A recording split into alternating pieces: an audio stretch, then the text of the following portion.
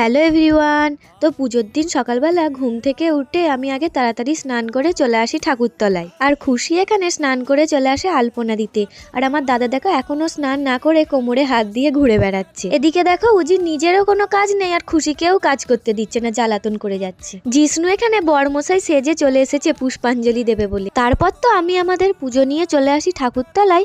আর ঠাকুরতলায় এসে দেখি সেইমাত্র আমাদের সরস্বতী মাকে বসানো হচ্ছে মায়ের স্থানে। এরপর তো আমি চলে আসি নারায়ণতলায়, যেখানে আমি ছোট থেকেই সরস্বতী পুজোর পুষ্পাঞ্জলি নিয়ে থাকি। এখানে পুষ্পাঞ্জলি হয়ে যাওয়ার পর আমরা চলে আসি আমাদের পাড়ার ঠাকুরের জোগাড় করতে। দেখো এখানে এই এত বড় গোলাপ আমি আগে কখনোই দেখিনি।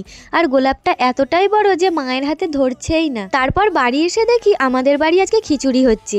আর খিচুড়ি খেতে আমার এতটাই ভালো লাগে যে দেরি না করে তাড়াতাড়ি বসে পড়লাম খিচুড়ি খেতে। খিচুড়ি খাওয়া হয়ে যাওয়ার পর আমরা চলে আসি আমাদের স্কুলে, মানে যেই স্কুলে আমরা ছোট থেকেই পড়াশোনা করেছি। আর কতদিন পর দেখো এই স্কুলের মাঠটাকে দেখলাম, সেই ছোট্টবেলাকার কথা আবার মনে পড়ে যাচ্ছে। আর এই যে ঠাকুরটা তোমরা দেখছো, এইটা হলো আমাদের প্রাইমারি স্কুলের ঠাকুর।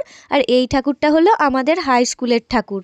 এরপর আমরা বাড়ি চলে আসি। আর বাড়ি চলে এসে দেখি ততক্ষণে আমাদের বামুনও চলে এসেছে। এরপর তো আমাদের আরতিও হয়ে যায় আর আমি সবাইকে আরতির তাপ দিয়ে দিচ্ছিলাম। তারপর দেখি এদিকে আমাদের হোমও শুরু হয়ে যায়।